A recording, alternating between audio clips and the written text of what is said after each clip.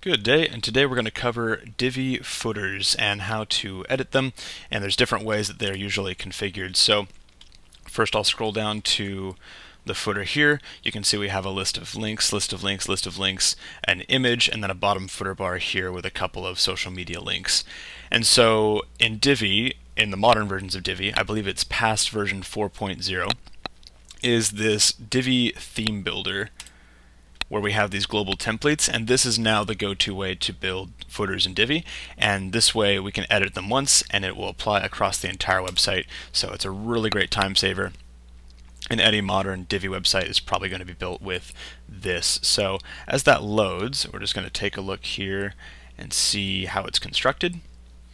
And so we can see that we have text headers here, so these can all be edited just like regular Divi text if we needed to. There's H3 tags. These, as you can see, it's a big item list, and it's actually a menu. So we'll get into this in a second. This is pulling dynamically from the WordPress menus section. You can see we can choose any list of links here, and then it's just styled up to look, to match the rest of the look here. This image can be swapped out. This looks like it's probably an SVG actually, so it's nice and sharp. And then this bottom bar here is just another section with some text there. And that 2021 is hard-coded, so this would be where you would go to change that to 2022, 2023 as the years go on.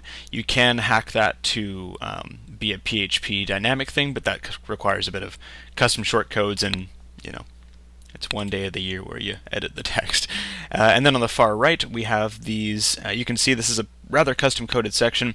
The far right is two little A link tags. There's the first link and the second link, and then the A tags are wrapping an image, which is just an SVG of an icon.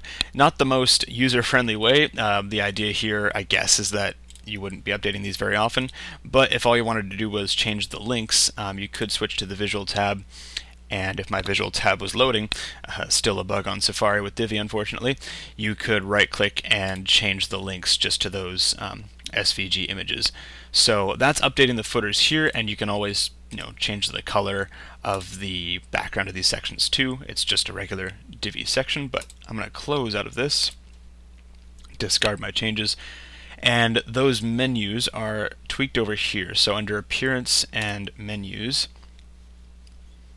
you'll see that we actually have three different menus for each of those three columns. So Get Involved List, Locations List, and Ministries List. In this case, I'm going to switch to the Ministries List just to show how to do so.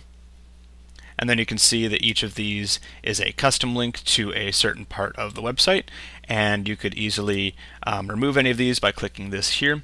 You could rearrange them by dragging them up and down, and then you could add new ones. If you want to add a custom link, you would just go down here, type in a URL, or just put a hash for a placeholder, my new link. You can add it to the menu, then you can drag it up and down. Be careful that this doesn't happen. This will make a sublink, and that might not display as the original design intended. So just make sure it goes and lines up like that. And then to delete this link, we'll just remove it, and off it goes. That is pretty much all you need to do to edit the footer on this site here. If you had to do some fancy mobile tweaks for when it's a smaller size, you can use the Divi responsive controls when you're in the theme builder there. But pretty straightforward. If you have any questions, please leave it in the comments below. Otherwise, have a fantastic day.